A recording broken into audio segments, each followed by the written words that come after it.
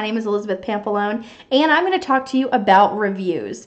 So the first thing I want to say about reviews is they're going to be everywhere. There's Google, there's Facebook, there's LinkedIn, there's F6, you could have reviews on Yelp, you could have reviews on your website, there's so many different places that reviews could come from. It's really hard to keep track of everything. So here's a little simple trick that I have devised for my own business. It's really helped me keep track of where reviews go and how to evenly disperse them throughout all of my different ways I could be reviewed. So I try to attach a different service to each system that I use for reviews. So I do use Google Maps, I use LinkedIn, Facebook, and my own website. That's 4 different places that I could be reviewed. Now, with that, I try to, like I said, stick to a service. So with Facebook, a lot of that is people who I use like Facebook groups a lot, and I'm in a lot of groups and I answer a lot of questions. And so those reviews really need to be tailored to people who are looking at some of my in-a-day services or who just need some advice and just need some consulting. So that's where I kind of funnel those types of reviews. Another thing I use Facebook for is when I answer questions that are free. We all do this. You know you do it.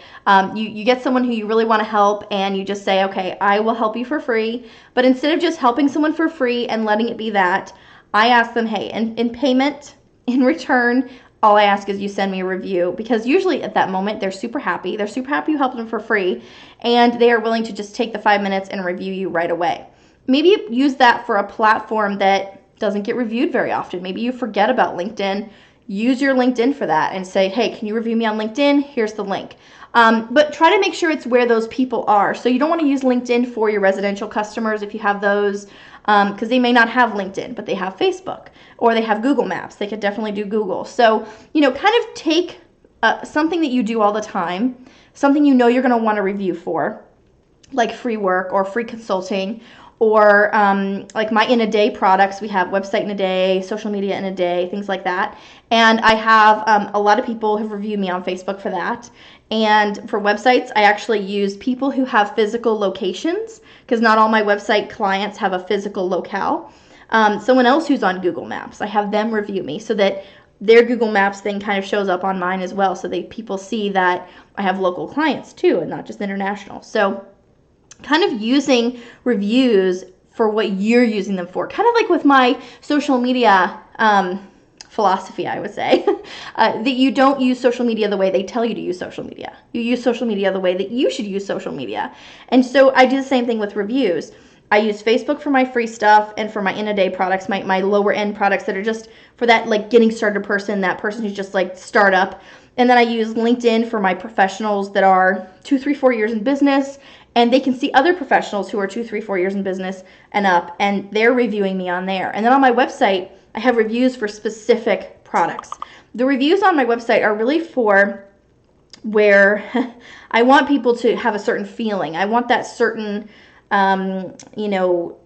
element when you arrive on a website, what that review says, how it makes you feel when you read it, and what that makes you do for the next step as you're reading through the website. So those I hand pick, and they might be from an email, they might be from a Facebook, they might be from LinkedIn, they might be from somewhere else, but they're specific reviews that I've hand chosen to be on my website. So I don't just let reviews kind of flow to my website. I use the other sources to kind of hand pick for that.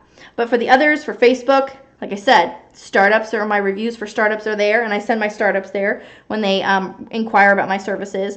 And then my reviews for professionals who have longer years in business, I send them to LinkedIn. And then with Google Maps, it's just one of those where I want people to see local. So I ask local people to review me on Google Maps, not necessarily someone who's from Canada and I'm from Jacksonville, Florida. So that's how I use reviews, and I hope that this video has been helpful for you. And if you have any questions about reviews, please feel free to reach out through our contact form that is on this website. And if you have any requests on other information about reviews, I'd love to talk with you about that and maybe do another video. I'd love to get your requests for videos on reviews if you want more information.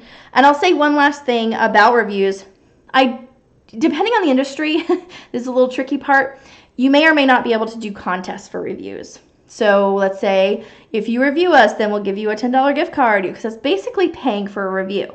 In a lot of industries, it's frowned upon, and even illegal in some industries. So what we want to do with that is, if you really want people to give you reviews, find out when they're at the height of their, oh, I'm so happy with you, you did the best work ever, we want to call you back, we're going to have you back.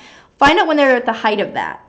And that's when you ask them for the review. I have even been in front of someone, physically in their presence, and opened up my phone or said, hey, can I borrow your phone really quick? Do you mind if I pull up my review on Facebook so you can just type it in real quick? And I will literally use their phone to set it up, or give them my phone, like my iPad, whatever, and wait while they do it. Because usually it just takes a few seconds for them to type it out. It doesn't have to be some long epitaph. A lot of people think they have to write this, crazy long thing, or something has to have all the exact right words, but it really doesn't. It just has to be, hey, I thought you were great, and here's my name, and that's it. So I hope this has been helpful for you. If you have any other questions, please feel free to reach out. And if you have any other requests for videos, I'd love to do them for you. Thank you.